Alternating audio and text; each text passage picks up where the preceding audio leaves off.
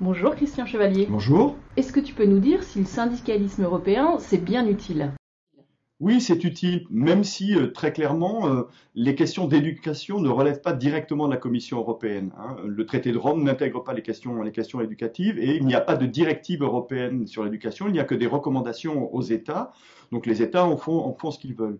Ceci étant, on voit que de plus en plus, la Commission européenne s'intéresse aux questions d'éducation parce qu'il y a un véritable enjeu derrière, qui est un enjeu de société. Alors, l'entrée est souvent l'entrée de l'emploi, de l'employabilité, et c'est bien là que nous, organisations syndicales, avons des choses à faire valoir, parce que l'éducation, ça n'est pas uniquement l'employabilité, c'est aussi la citoyenneté, et c'est le message européen que nous faisons passer à la Commission européenne. Et dans le champ social, il y a un acteur qui est un acteur incontournable, au niveau national comme au niveau européen, ce sont les organisations syndicales, parce qu'elles représentent des forces vives.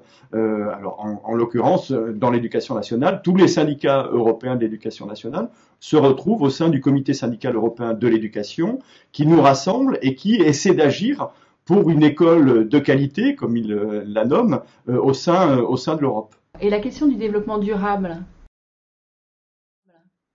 est-ce qu'elle est importante? Alors, la question du développement durable, on voit qu'elle a pris de plus en plus d'importance, qu'aujourd'hui, dans les débats qui sont les débats que nous avons au sein du comité syndical européen de l'éducation sur cette question-là, est une question importante. Évoquée, travaillée au sein du comité syndical européen de l'éducation, très clairement, aujourd'hui, d'abord parce que le développement durable fait partie d'un des piliers de la COP23, et parce que l'éducation, c'est un bien commun. C'est comme l'eau, c'est comme l'air, on le sait pertinemment, c'est un bien public auquel chacun doit pouvoir accéder parce que c'est un formidable outil d'évolution personnelle, d'intégration sociale, d'intégration professionnelle.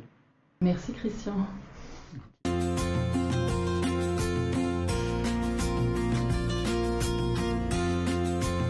Retrouvez toutes nos vidéos sur notre page Facebook UNSA Éduc Secteur Société ou sur notre chaîne YouTube UNSA Éducation.